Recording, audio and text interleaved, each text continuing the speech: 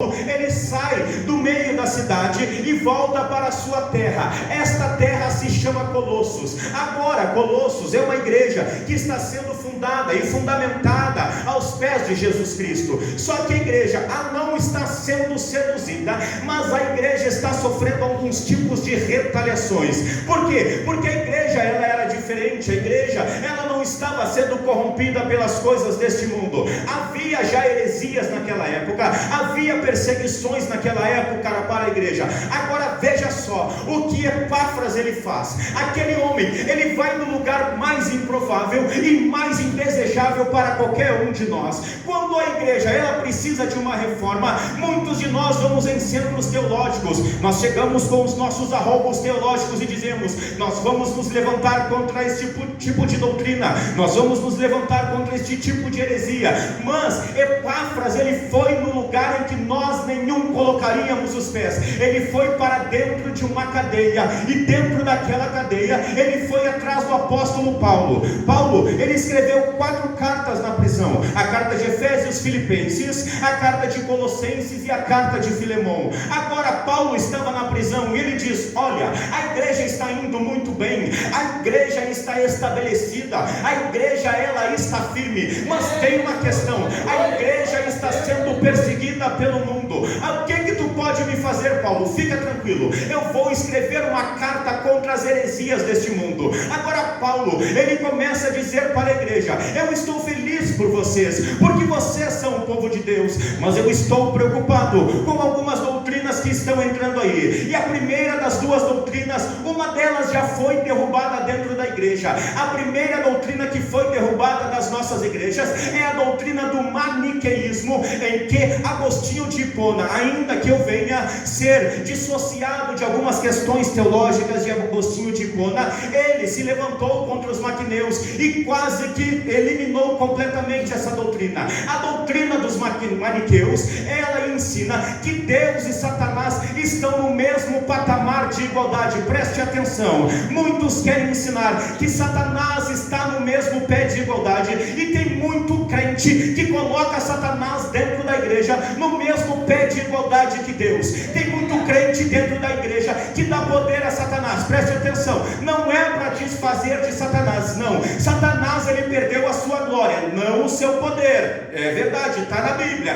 Tanto que a Bíblia nos ensina em Judas capítulo, em versículo 9, que só tem um capítulo, que o mesmo arcanjo Gabriel, quando contendia com Satanás a respeito do corpo de Moisés, está na Bíblia, ele não usou palavra nenhuma de maldição, antes disse para Satanás: o Senhor te repreenda. Mas eu tenho visto uma geração de crente que dá tanto poder ao diabo nas nossas igrejas, que os púlpitos estão voltados para o diabo.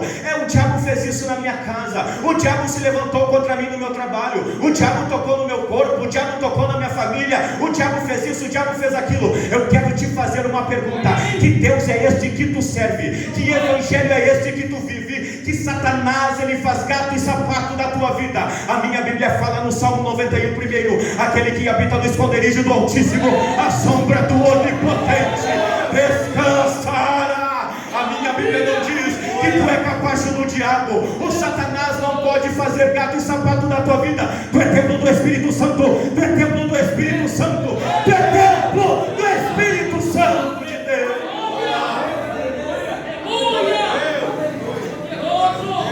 Há uma doutrina também chamada de epicurismo, em que o homem ele é o cerne de todas as coisas, o homem é o centro das atenções, e a carta de Paulo aos Colossenses vem desmistificar todo esse tipo de assunto. Quem gosta de ler Colossenses, leia a carta de Gálatas também, que é uma carta apologética contra doutrinas deste mundo, contra as heresias. Ou seja, esta palavra do epicurismo tem entrado fortemente nos dias atuais. Eu tenho visto tanto louvor que é voltado para o homem dentro das nossas igrejas.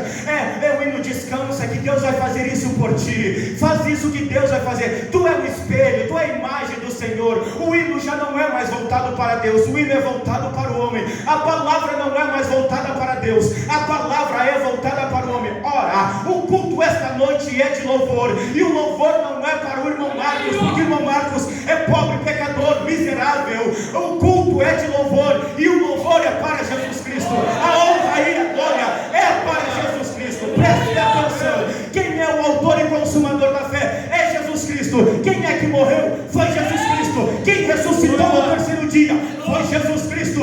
que é o conquistador da morte? É Jesus Cristo. Quem é que coordena a igreja? É Jesus Cristo. Quem é que está alicerçada a pedra da fundação? Está no nome de Jesus Cristo. Tu estás lavado e remido pelo poder do sangue de Jesus Cristo. Então a honra, a glória, o louvor e a adoração sejam dados ao nosso Senhor e Salvador Jesus Cristo de Nazaré.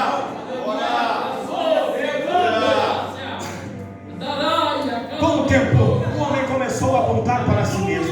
O homem começou a olhar para si como o epicentro do universo. O homem começou a parar de olhar para Cristo e começou a olhar para si mesmo. Hoje em dia os pregadores dizem: ei, de Deus, Jesus é o centro, e de Jesus tu é o centro. Eu quero te dizer que tu não é o centro de nada. A Bíblia nos fala que o principal assunto da palavra de Deus, sabe quem é? É Jesus Cristo. A palavra não se revela pelo homem, a palavra se revela por meio da pessoa de Jesus Cristo. A pessoa mais importante da história é a pessoa de Jesus Cristo. Agora olha só, a Bíblia ela nos fala que chega no momento culminante em que Paulo ele diz, depois destas doutrinas, que nele habita corporalmente toda a plenitude da divindade. Mas aonde tu quer chegar, pregador? A divindade ela é plena. E eu vejo pessoas, eu também vi um pregador falando de maneira absurda que Deus ele é carente, que Deus criou o homem porque ele se sentia carente. Peraí, a carência é na verdade um déficit no coração, na emoção humana, que significa que tem uma lacuna que precisa ser preenchida, e que nós, quando tomamos uma decisão na carência, nós tomamos uma decisão errada.